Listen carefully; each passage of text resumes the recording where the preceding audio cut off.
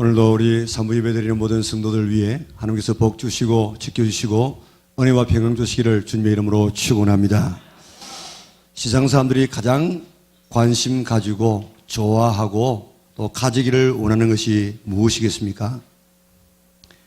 또 하나님을 믿는 우리들은 좀 달라야 되는데 우리 그리스도인들도 많은 사람들이 가장 관심 가지고 가지기를 원하고 하나님과 같은 레벨에서 생각할 수 있는 것이 뭐겠습니까? 돈이고 물질입니다. 예수님 말씀하시기를 하나님과 겨루어서 같은 동등으로 생각할 수 있는 존재가 돈이라고 이야기했습니다. 그러나 하나님과 돈을 겸하여 섬길 수 없다. 그렇게 말씀하셨습니다. 우리 돈 필요하지만도 돈을 사랑하는 것이 아니고 돈을 잘 이렇게 쓸 수 있는, 다스릴 수 있는 우리 영락의 온 성도들 될 수 있기를 바랍니다. 돈의 영향력이 얼마나 큰지 모릅니다. 돈의 액수가 적을 때는 영향받지 않지요. 돈 1,000원에, 돈 10,000원에 그렇게 영향받을 사람은 그렇게 많지 않을 것입니다. 그러나 돈이 한 1,000만 원쯤 되어지고 1억쯤 되어지고 한 10억 정도만 되어지면은 굉장한 영향력을 미치게 될 것이고 한 100억이나 한 1,000억 정도 준다고 하면은 웬만한 일들은 다 하게 될 것입니다. 그런데 그 돈보다도 더 귀한 것이 있습니다. 그것이 뭐겠습니까? 생명입니다. 생명의 값을 예수님께서 말씀하시기를 온 천하보다도 귀하다고 했습니다. 온 천하가 돈으로 치면 얼마나 되겠습니까? 엄청나게 우리의 머리로는 계산되지 않을 만한 엄청난 돈일 것인데 그래도 한 생명이 더 귀하다고 이야기했습니다. 그렇게 귀한 것이 생명입니다. 그런데 생명보다도 더 귀한 것이 있답니다. 우리 24절을 같이 한번 읽어볼까요? 같이 읽습니다. 내가 달려갈 길과 주 예수께 받은 사명 곧 하나님의 은혜의 복음을 증언하는 일을 마치려 하면은 나의 생명조차 조금도 귀한 것으로 여기지 아니하노라. 아멘. 돈 귀합니다. 그러나 돈보다 더 귀한 것이 생명입니다. 그러나 생명보다도 더 귀한 것이 뭐라고요? 사명이라고요. 사명. 나의 달려갈 길과 주 예수께 받은 사명 곧 하나님의 은혜의 복음을 증언하는 일을 마치려 하면은 나의 생명조차도 조금도 귀한 것으로 여기지 아니하노라. 사명이 도대체 뭐기에 이렇게 생명보다도 더 귀하다고 했겠습니까? 덴마크의 종교 철학자 킬케고르는 사명을 이렇게 정의했습니다. 그것을 위해서 살고 그것을 위해서 죽을 수 있는 것, 온 세계가 다 무너질지라도 내가 꽉 붙들고 있을 수 있는 그것, 그게 나의 사명이라고 이야기했습니다. 그러면서 이 사람이 사명적 탄생을 경험하지 못한다면 의미 있고 가치 있는 인생이라고 할 수 없다고 이야기했습니다.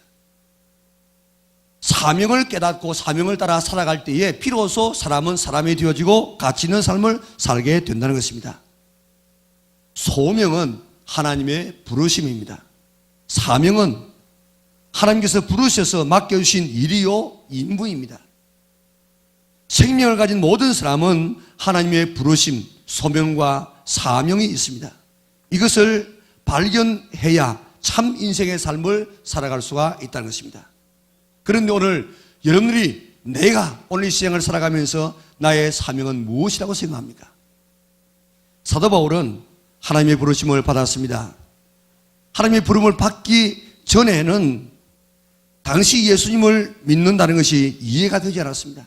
예수 믿는 사람들은 하나님을 모독하는 삶을 살고 또 율법을 파괴하는 이단자로 생각했습니다. 그래서 예수님을 믿는 것들을 다 잡아 죽여버려야 된다. 이게 내 사명이다. 그래서 예수 운동을 끝내버려야 된다. 그렇게 생각했습니다. 저 다메섹에 예수 믿는 것들이 많다고 하니까 대제사장에게 그들을 체포할 이 공문서를 받아가지고 예루살렘에서 한 600리나 떨어져 있는 저 다메섹으로 가고 있었습니다. 그때 사건을 사도행전 26장 14절에서 18절까지 아주 자세하게 설명을 해주고 있습니다. 가는 도중에 갑자기 하늘에서 아주 강한 빛이 비치는데, 대낮이었는데 그 빛보다도 더 밝은 빛이 비추기 시작했습니다. 해보다 더 밝은 빛이 비추는데 그 빛을 바라보는 순간에 사도 바울의 눈이 멀어버렸습니다. 휘청하면서 땅에 쓰러졌습니다. 그러면서 소리가 들립니다. 사울아, 사울아, 네가 어찌하여 나를 박해하느냐. 가시 돋친 채찍을 발로 차버리면 너만 다칠 뿐이니라. 이 사도 바울은 얼마나 대단한 사람인지, 그렇게 눈이 멀고 휘청을 해서 엎어졌지만도 정신을 차리고 주님, 말씀하시는 분이 누구십니까? 하고 물으니까 말씀합니다. 나는 예수라. 내가 핍박하는 예수라. 그러면서 말씀합니다. 일어서라. 나는 이제 너를 일꾼으로 삼아서 내가 본 것과 앞으로 내가 보여줄 길을 증거하게 하려고 너에게 나타났느니라. 내가 유대인과 이방인에게서 너를 구출하여서 다시 그들에게 보낼 것이다. 이제 너는 그들의 눈을 뜨게 하여 어둠에서 빛으로, 사탄의 세력에서 하나님께로 돌아오게 하고, 또 나를 믿어 죄에서 용서받고 성도들이 받는 하늘나라의 축복을 받게 하라. 이것이 바울의 소명이고 사명이었습니다. 바울은 다메섹 가는 길에서 하나님의 부름을 받고 거기서 무엇을 하면서 살아가야 할 것인가? 사명을 받게 되어졌습니다. 바울은 이 사명을 위해서 가장 귀한 생명도 아끼지 않았습니다. 이것은 바울에게만 주시는 사명이 아니고 모든 믿는 자에게 주시는 사명인 줄 믿으시기를 바랍니다. 그리고 오늘 예배를 통해서 이 사명을 붙들고 이 사명을 따라서 살아가는 여러분들 될 수 있기를 바랍니다. 나에게 주시는 사명이 뭡니까? 물론 자식 잘 키우는 것 부모의 사명입니다. 또 남편과 아내, 가정을 이루기 때문에 남편과 아내로서 서로 사랑하고 책임을 져야 됩니다. 부모 공경해야 됩니다. 그리고 내 직장을 따라서 내가 해야 될 일들이 많이 있습니다. 국민으로서는 나라를 사랑하고 또한 국민으로서의 의무가 있습니다. 이것도 우리가 해야 될 일이지만은, 그러나 그것은 우리의 궁극적인 사명이 될 수가 없습니다. 이것들은 다 이 땅에서 끝나고 영원히 계속되는 참 사명이 우리에게 있습니다. 그 사명은 사도행전 26장 18절에도 나와 있고 오늘 우리가 읽었던 24절에도 나와 있습니다. 우리 사도행전 26장 18절을 우리 같이 한번 읽겠습니다. 같이 읽습니다. 이제 너는 그들의 눈을 뜨게 하여 어둠에서 빛으로, 사단의 세력에서 하나님에게로 돌아오게 하고 나를 믿어 죄에서 용서받고 성도들이 받는 하늘나라의 축복을 받게 하라. 아멘. 오늘 제 말씀을 자세히 보면요, 여기 세 가지의 사도 바울에게 주신 사명이 있습니다. 그리고 오늘 우리에게 사명이 있어요. 저기 네 번째 줄에 보면요, 나를 믿어 죄에서 용서받고 그랬습니다. 오늘 이 땅에 있는 모든 사람들이 가장 먼저 가지고 있는 사명이 뭔가 하면 예수님을 믿어 죄 용서함을 받아야 되는 것입니다. 예수 믿는 것이 우리의 일이요, 우리의 사명입니다. 요한복음 6장 29절에 보면 예수님께서 보내신 일을 믿는 것이, 하나님께서 보내신 일을 믿는 것이 하나님의 일이라고 했습니다. 예수님 믿어 죄 사함 받아서 예수님을 닮아가는 것이 우리의 첫 번째 사명인 줄 믿으시기를 바랍니다. 이 죄 사함 받았다는 말하고 비슷한 말들이 많이 있는데 이것을 우리가 알아야만 우리가 혼란스럽지 않습니다. 죄 사함 받았다는 말하고 거의 비슷하고 동시에 이루어지는 사건이 구원받았다, 죄 사함 받았다, 하나님의 자녀 되었다, 거듭났다, 영생 얻었다, 이 말은 거의 비슷한 말이에요.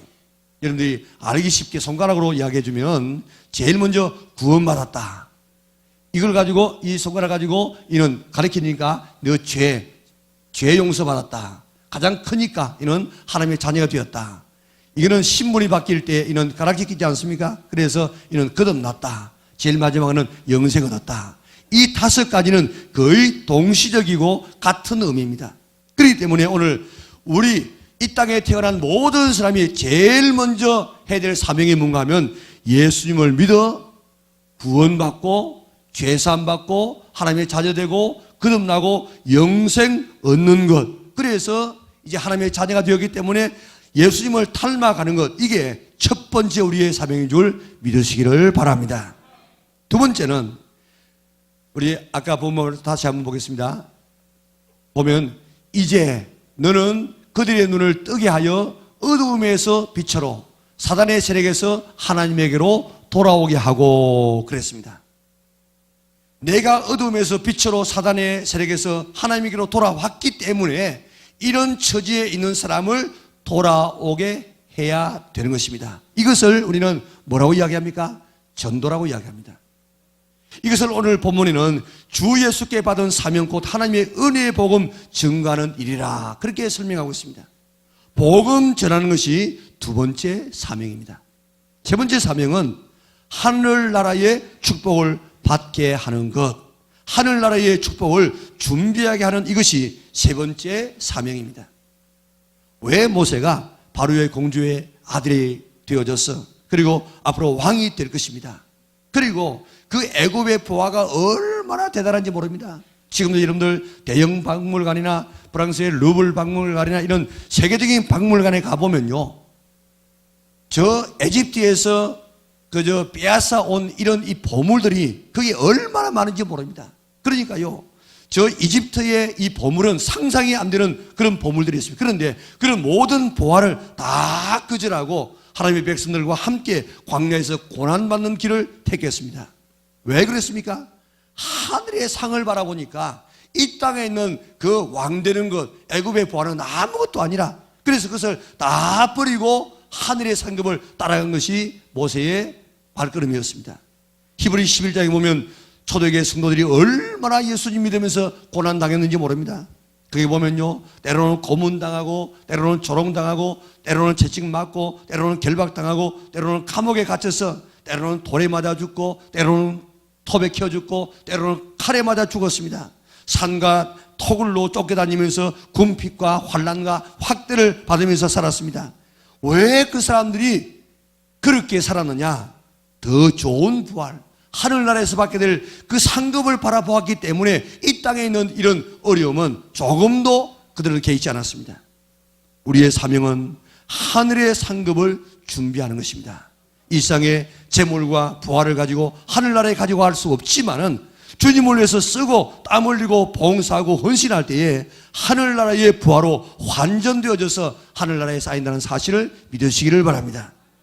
하나님의 상급, 하늘의 상급을 바라보는 자는 주님을 위해서 생명도 아깝지 않게 버릴 수가 있습니다. 왜냐하면 하나님의 나라에 있는 그 부활을 바라보면요, 이 땅에 우리의 생명 바칠 그런 가치가 있습니다. 하나님 나라에 쌓이는 그 아름다움을 바라볼 때 이 땅에는 물질 아깝지 않게 쓸 수가 있습니다.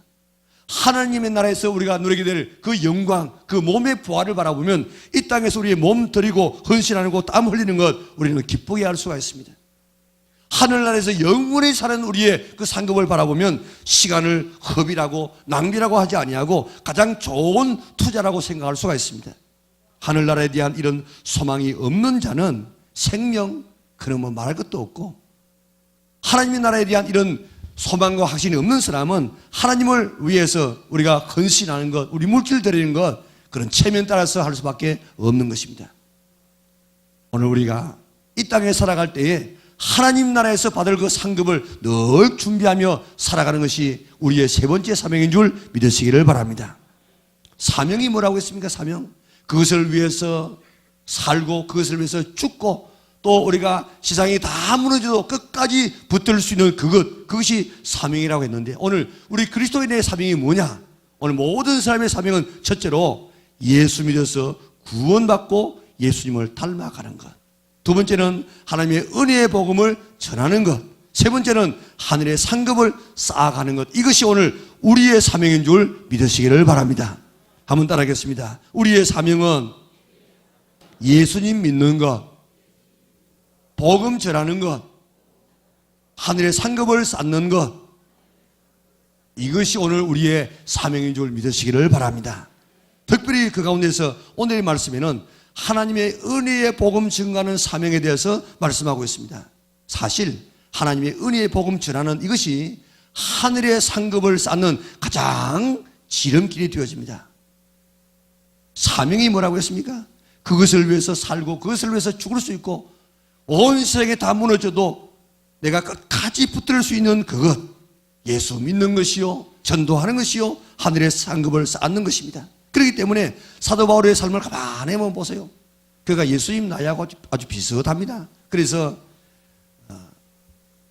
주한 33년경에 회심을 합니다. 그리고 10년 동안 예수님을 만나고 나니까 지금까지 자기가 가지고 있는 이 가치 체계, 신앙 체계가 완전히 무너졌어요. 얼마나 혼란스럽겠습니까? 그래서 10년 동안 그런 아라비아 광야에서 한 3년 또 자기의 고향에 가서 자기의 이 신앙과 자기의 가치관을 정립을 합니다. 그리고 43년 한 10년 뒤에 안디옥에 와서 교회를 섬깁니다. 그리고 47년부터 그가 순교를 한 67년 혹은 68년경에 했다고 생각하고 있는데 한 20년 동안 그는 목숨을 걸고 전도합니다. 옥에 갇히고 죽을 고비를 수없이 넘기면서 결국 그는 순교하게 되어지는데 오늘 본문 말씀은 3차 전도 여행을 마치고 예루살렘으로 가는데 어떻게 가는가 하면 오늘 22절에 보면 성령에 매여서 예루살렘으로 가고 있습니다. 자기 마음으로 가는 게 아니에요. 23절에 보니까 성령이 각 성에서 증언하기를 이번에 올라가게 되어지면 결박과 환난과 큰 어려움이 있다. 나를 기다리고 있다. 이렇게 지금 성령께서 말씀하고 있는 거예요. 그러나 내가 달려갈 길과 주 예수께 받은 사명 곧 하나님의 은혜의 복음을 증언하는 일을 마치려 하면은 나의 생명조차도 귀한 것으로 여기지 아니하노라. 그렇게 고백하고 있습니다.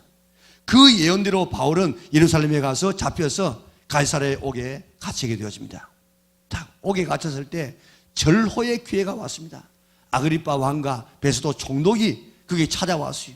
그래가지고 바울은 이제 당시에 좀 유명한 사람이 되어지기도 하고 또 로마의 시민권을 가지고 있었기 때문에 이제 그를 만나가지고 나는 지금 무지합니다. 나는 로마 시민 가지고 있습니다. 이러니까 나를 풀어주세요. 이렇게 하면요 그저 나올 수 있었어요. 그런데 그런 이 왕을 만나서 총독을 만나가지고 뭐 하는 줄 아십니까? 풀어주세요. 나는 결백합니다. 이런 말 하는 것이 아니고 예수님은 그리스도입니다. 그분 믿어야 구원받습니다. 하고 이 복음을 전했다고요. 그러니까 이 베스도가 깜짝 놀랐어요. 아직 이 사람 같으면 제정신 같으면 자기를 좀 구해달라고 할 것인데 그 말은 하지 아니하고 지금 예수님에 대해서 복음을 전하고 당신도 예수 믿어야 된다고 이렇게 이야기한다고. 그래가지고 너 정말 미쳤구나 미쳤어. 너 공부 많이 했는데 그 많은 학문이 너를 미치게 했구나. 그렇게 소리치지 않았습니까? 로마 옥중에서도 복음을 전했습니다. 거기에서도 오네시모라고 하는 신실한 한 사람을 예수 믿게 합니다. 옥중에서 글을 써서 교회를 성도들을 이렇게 격려합니다. 그게 바로 에베소, 골로새, 빌립보 이런 골로새 이런 서신들 아닙니까? 예수 믿고 10년 정도 준비하고 20년 동안 생명을 걸고 복음을 전해서 온 아시아를 복음으로 충만하게 만들고 그는 로마에까지 가서 복음을 전하고 스페인까지 가서 복음을 전하게 되어졌습니다. 그리고 참수형 당하게 되어지는데 목을 쳤습니다. 지금도 거기 가면 기념교회가 있고 그 목을 쳤을 때 목이 3번 뛰었다고 하는데 3번 뛴 그 곳마다 물이 솟았다는 것입니다. 지금도 가면 물이 꽉꽉 이렇게 흘러가는 소리가 들립니다. 그런 목이 떨어져서 예수 한 번 하고 또 튀고 또 예수 튀고 또 예수 이렇게 3번 그런 예수님의 이름을 부르면서 눈을 감았다는 것입니다. 그런 사명을 위해서 살았고 사명을 감당하다가 죽었습니다. 복음을 전하는 것은 바울에게만 주신 사명이 아니고 오늘 예수님을 믿어 구원받은 모든 성도들에게 주신 사명인 줄 믿으시기를 바랍니다. 왜 우리를 어두움 가운데서 불러냈다고 이야기했습니까? 베드로전서 2장 9절에 보면 너희를 어두움 가운데서 불러낸 이유는 그의 기이한 빛에 들어가게 하신 하나님의 덕을 그 아름다움을 선전하기 위해서 복음을 전하게 하기 위하여서 너희들로 하여금 신분을 이렇게 바꾸어 줬다고 이야기했습니다. 왜 우리에게 성령 주셨습니까? 예루살렘과 유대와 사마리아와 땅끝까지 이르러 복음 전하도록 하기 위해서 우리에게 성령 주셨다고 이야기했습니다. 바울은 고린도전서 9장 26절에서 복음을 전하지 아니하면 내게 화가 있을 것이라고 이는 부득불해야 될 일이라고 그렇게 고백하고 있습니다. 마태복음의 제일 마지막 말씀이 뭔 줄 아시죠? 그러면 너희는 가서 모든 민족으로 제자를 삼아 아버지와 아들과 성령의 이름으로 세례를 주고 내가 너에게 분부한 모든 것을 가르쳐 지키게 하라. 볼지어다 내가 세상 끝날까지 너희와 항상 함께 있으리라. 복음을 전할 뿐만 아니고 복음을 전하여서 세례를 주고 예수님의 제자를 닮은 제자를 생산해 내라는 것입니다. 그것은 이 마태복음은 오늘 유대인들에게만 준 것이 아니고 오늘 우리에게 나에게 주신 말씀입니다. 그렇기 때문에 이 복음을 전하고 세례 주어서 제자 삼으라고 하는 이 말씀은 바로 나에게 주신 말씀인 줄 믿으시기를 바랍니다. 마가복음에도 보면요, 너희는 온 천하에 다니며 만민에게 복음을 전파하라. 제자들이 나가 두루 전파할 시 주께서 함께 역사하사 그 따르는 표적으로 말씀을 확실히 증언하시니라. 이 말씀은요, 이 마가복음은 오늘 나에게 주신, 우리에게 주신 말씀입니다. 그렇기 때문에 이 복음 전하라는 말씀도 우리에게 주신 사명인 줄 믿으시기를 바랍니다. 이 사명에 순종한 자들 때문에 우리까지 예수님 믿어서 하나님의 자녀가 되게 되어졌습니다. 복음 전파가 영혼권이 우리의 사명, 나의 사명인 줄 믿으시기를 바랍니다. 이 사명을 위해서 가장 귀한 생명까지라도 버릴 각오를 가지고 예수님 따라갈 수 있는 성도들 될 수 있기를 바랍니다. 선교자의 영광은 대단합니다. 그 사람들이 바보라서 자기 생명 내놓은 것이 아닙니다. 그들의 눈이 열려서 하나님 나라 바라보니까 가장 가치 있는 것, 이 땅에 생명을 버리는 것은 아무것도 아니라, 그래서 생명하고 하늘나라의 그 영광하고 바꾼 것 아닙니까? 오늘 복음 전파는 이렇게 귀한 가치 있는 일인 줄 알고 우리의 사명인 줄 알고 귀한 사명을 잘 감당하는 우리 영락의 온 성도들 될 수 있기를 바랍니다. 주기실 목사님의 일사각오라는 설교가 있지 않습니까? 설교는 이렇습니다. 인간은 누구나 죽음을 두려워합니다. 죽기가 무서워 의를 버리고 죽음을 모면하려고 믿음을 버린 사람이 얼마나 많습니까? 어떻게 죽던 인간은 한 번 죽는데 예수님의 이름으로 사형장으로 가는 것은 그리스도인의 최대의 영광입니다. 주님을 위해서 10번 죽고 100번 죽어도 좋지만 예수님을 버리고 100년 살고 1000년 살면 무엇합니까? 오 주여, 이 목숨을 아껴 주님께 욕되지 않게 하옵소서. 이 몸이 죽고 죽어 가루가 될지라도 주님의 계명 지키게 하옵소서. 주님은 나를 위하여 십자가를 지셨습니다. 제후에 피 한 방울까지도 쏟으셨습니다. 주님 나를 위하여 죽으셨거늘 내 어찌 죽음을 무서워하겠나이까. 다만 일사각오가 있을 뿐입니다. 한 번 죽는 각오가 내게 있을 뿐이라고 그런 고백했습니다. 사명을 생명보다도 귀하게 여긴 이런 종들 때문에 한국교회가 지금 서 있게 된 것입니다. 창끝이라는 영화로 소개된 짐 엘리엇이라는 귀한 선교사의 삶을 우리가 소개받고 있지 않습니까? 짐 엘리엇은 미국의 명문대학인 휘턴 대학을 수석으로 졸업합니다. 많은 사람들이 야, 저 사람이 앞으로 미국의 이런 교회를 끌고 나갈 아주 유명한 촉망 있는 젊은이가 되겠다, 그렇게들 지금 바라보고 있습니다. 그런 대학교 2학년 때인 19살 때 이런 일기를 썼습니다. 오 하나님, 나무 토막 같은 내 인생에 불을 붙여 주시옵소서. 그리고 주를 위해서 타게 하여 주시고 나의 온 삶을 완전히 태워드리게 하여 주옵소서. 나의 하나님이여, 이 몸은 주님의 것입니다. 나는 오래 사는 것을 원치 않습니다. 완전하고 풍성한 삶을 원합니다. 당신과 같이 영원히 썩어지지 않을 것을 위해 바치는 나의 희생을 어리석다고 말하지 말아주세요. 그런 졸업을 했습니다. 남미 에콰도르 아우카족에 대한 이야기를 들었습니다.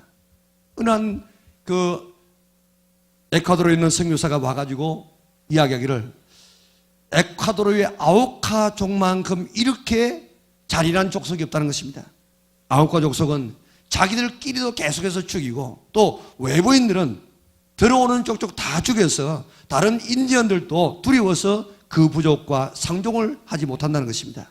그래서 복음을 한 번도 들어보지 못한 민족인데 왜 어떤 사람들은 이렇게 끊임없이 복음을 들을 수 있는 기회를 주시고 왜 이 아우카족 같은 이런 사람은 한 번도 복음을 듣지 못하게 되었습니까? 하는 이 한 선교사의 이야기를 듣는 순간에 내가 아홉 가족에 가서 복음을 전하는 이것이 나의 사명이구나, 그렇게 깨닫습니다. 그래서 짐 엘리엇, 네이트 세인트, 피터 플레밍, 로저 유드리안, 애덤 맥컬리, 이런 선교사 5명이 아홉가 선교에 헌신을 합니다. 네이트 세인트는 선교사는 아주 유명한 비행사입니다. 그래가지고 지금 아홉 가족이 어느 지역에 있다고 하는데 그 지역을 잘 몰라가지고 기흥 비행기를 타고 아주 이렇게 수색을 해가지고 아홉 가족이 있는 마을을 발견합니다. 그리고 거기에 비행기에서 이제 낮게 뜨면서 필요한 이런 생필품을 이렇게 전달해주고 이렇게 위에서 떨어뜨려 줍니다. 키추어족의 유담이라고 하는 그런 여자를 통해서 이 사람들의 그 인사법, 그 말들을 조금 이렇게 배웁니다. 그리고 멀리 떨어져 가지고 이 부족과 이제 교제를 나눕니다. 그러니까 아주 이 사람들이 호의적이었어요. 그래가지고 답례품으로 앵무새도 받기도 하고 또 땅콩도 받기도 하고 원숭이를 받으면서 서로 이렇게 좀 친해졌습니다. 자, 이만하면 되겠다 싶어가지고 5명의 선교사가 경비행기를 타고 아과족이 있는 그 마을로 들어갑니다. 강변에 내렸습니다. 그런데 5일째 되는 날 5명의 선교사가 그 9가족의 창과 도끼에 찢겨서 다 죽었습니다.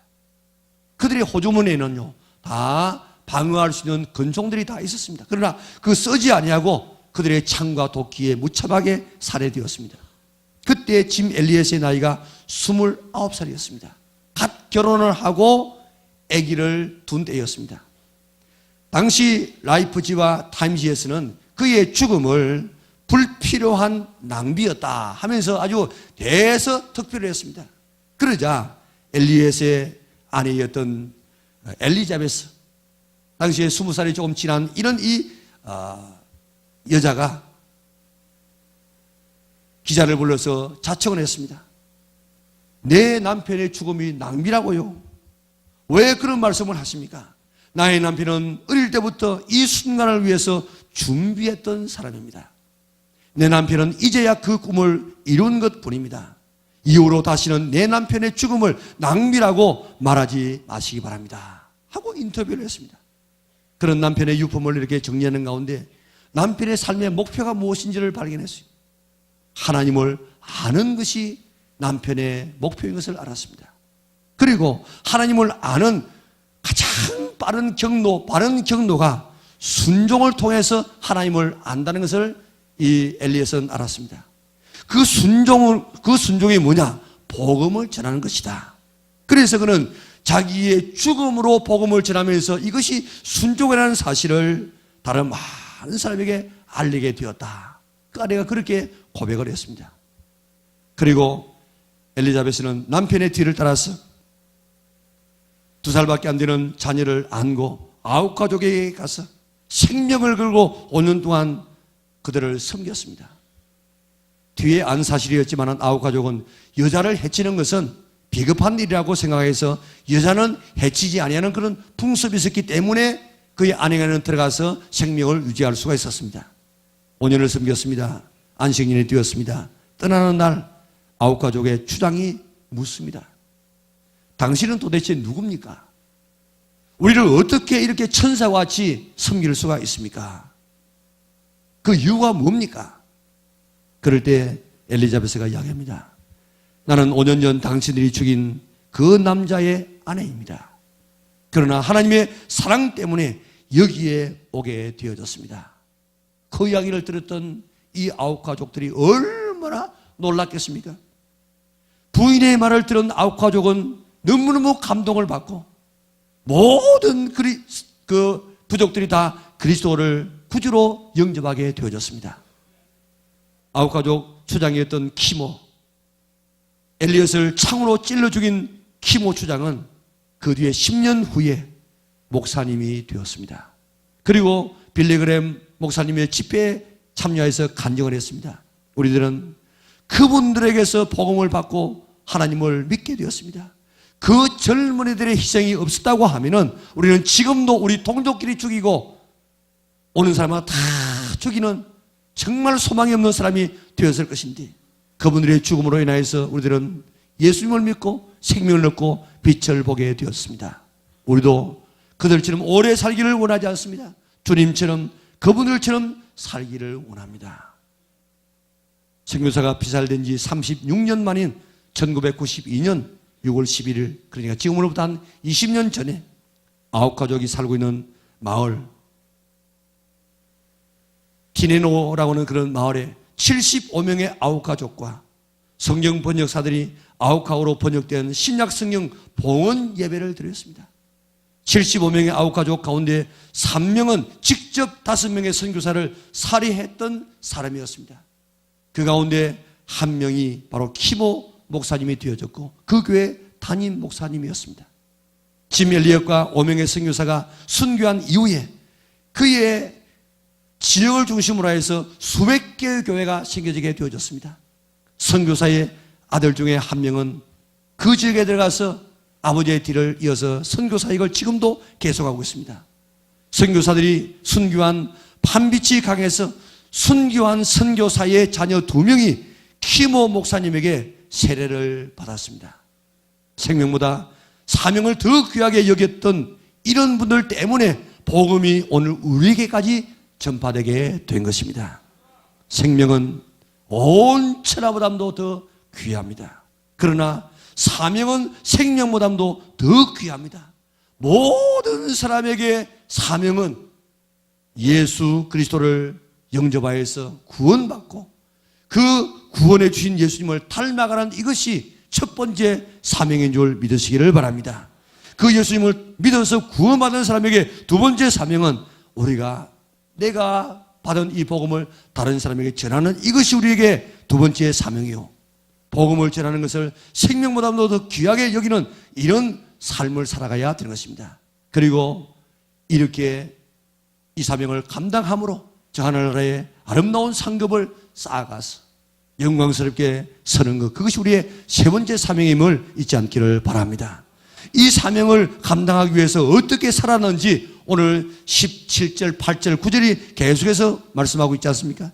바울은요, 복음을 전하느라고 특별히 유대인들에게 죽을 고비를 얼마나 넘깁니까?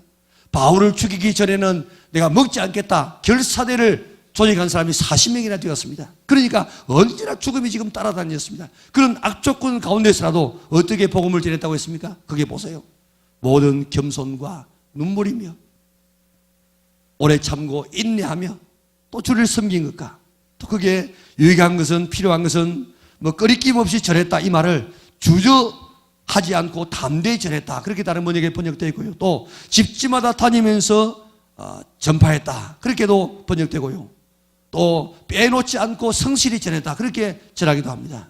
하나님께 돌아와서 예수를 믿어야 한다고 애써 권면했다, 이렇게 지금 번역하고 있습니다. 그 어려운 가운데서라도 그 사명을 감당하기 위해서 겸손했습니다. 눈물 흘렸습니다. 인내했습니다. 섬겼습니다. 담대히 성실하게 권면하면서 집집마다 다니면서 주의 복음을 전했다고 이야기했습니다. 오늘도 우리가 이 복음을 어떻게 해야 이 사명을 감당할 수 있느냐, 우리도 겸손해야 돼요. 한 영혼을 위해서 눈물 흘려야 됩니다. 그리고 하다가 끝나지 말고 인내해야 됩니다. 그리고 우리가 섬겨야 됩니다. 그리고 우리가 담대하게 말씀을 전해야 됩니다. 그리고 성실하게 해야 됩니다. 그리고 가서 권면하기도 하고 선포해야만 오늘 귀한 사명을 감당할 수가 있는 것입니다. 오늘 이것이 우리의 사명인 줄 다시 한번 깨닫고 이 사명을 위하여서 이렇게 복음을 전하여서 사명을 감당할 수 있는 우리 영락의 온 성도들 되셔서 생명을 구원하고 하나님 나라 섰을 때 별처럼 빛날 수 있는 우리 영락의 온 성도들 될 수 있기를 주님의 이름으로 축원합니다. 사랑만 하신 아버지 하나님, 하나님의 은혜와 사랑을 참으로 감사합니다. 하나님은 아들 내어놓으시고 예수님은 이 땅에서 생명 버리심으로 우리에게 구원의 길을 열어주시고 이 복음을 전하라 말씀하신 주님의 이 말씀을 나의 사명인 줄 믿고 생명보다도 더 귀하게 사명을 여긴 사람들 때문에 산을 넘고 바다를 건너고 강을 건넜어. 오늘도 그저 이 땅에 와서 바로 오자마자 죽은 사람, 또 대동강 강면에서 목이 잘려서 죽은 사람, 갖가지의 풍토병에 죽은 사람, 수많은 하나님의 귀한 자녀들 때문에 오늘 우리까지 예수 믿어서 하나님의 자녀가 되게 되었음을 참으로 감사를 돌리옵나이다. 오늘도 그들의 사명 감당 때문에 우리 예수 믿게 된 우리들도 이제 이것이 우리의 사명인 줄 알고 바톤을 받아서 오늘 이 시대에 이 장소에 복음을 전하는 하나님의 자녀들 다 되게 도와주시기를 원하옵나이다. 4월 28일 우리에게 주심을 감사합니다. 오늘 4월 28일은 오늘 우리에게 사명을 감당하는 날인 줄 알고 지금까지 복음 전하에서 나오기로 작정한 하나님의 자녀들 복음을 전하게 하여 주시고 하나님 어려운 일들 그들에게 일어나지 않도록 도와주시고 사탄에게 영혼 뺏기지 않도록 작정한 마음들 다 순종하게 주님 앞에 나올 수 있도록 오늘을 베풀어 주시옵소서. 한 주간만이라도 우리가 주의 복음을 전할 수 있는 저들 되게 축복하여 주시사 영혼이 돌아오는 이 놀라운 감격, 생명이 살아나는 이 놀라운 감격을 맛볼 수 있는 우리 영락의 온 성도들 되게 하여 주시옵소서. 아직도 믿지 않은 사람들은 예수 믿는 이것이 그들의 제일 첫 번째 사명을 깨닫게 하여 주시고 오늘 우리 먼저 믿은 저들이 이제는 복음을 전하는 것이 두 번째 사명이요 우리 복음을 전하여서 하늘의 상급을 쌓아가는 것이 우리의 세 번째 사명임을 알고 이 사명을 잘 감당해서 하나님 나라에 섰을 때 영광스럽게 설 수 있는 우리 영락의 온 성도들 되게 축복하여 주시기를 원하옵나이다. 한 주간을 축복하여 주옵소서. 악한 사단의 시험에 들지 않도록 도와주시고 날마다 승리하는 하나님의 자녀들 되게 하시고 복음을 전할 때에 순종하게 구원할 영혼들을 만날 수 있도록 은혜를 베풀어 주시기를 원하옵나이다. 오늘도 삶의 무거운 짐을 지고 나온 하나님의 자녀들을 그저 돌려보내지 마시고 오늘 예수님 만나서 삶의 문제가 해결되게 도와주시옵소서.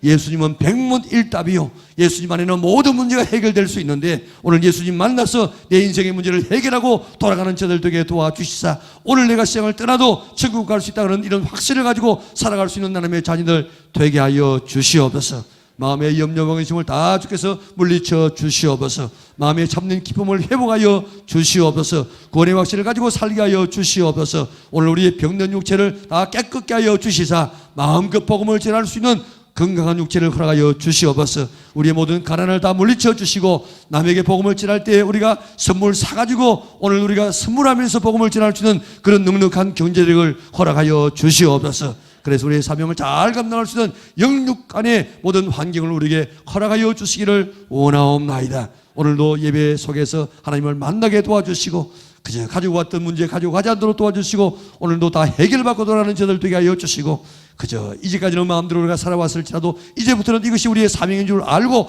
사명을 따라 살아갈 수 있는 우리 영락의 온 성도들 되게 축복하여 주시옵소서. 우리 4월 28일 좋은 날 축복의 날 되게 하여 주시고 영혼들이 구원되어져서 하늘의 영광 땅의 기쁨이 이루어지는 복된 날 되게 하여 주시고 그 축복의 주인공들이 우리가 되게 인도하여 주시옵소서. 예수님의 거룩하신 이름으로 기도드리옵나이다. 아멘.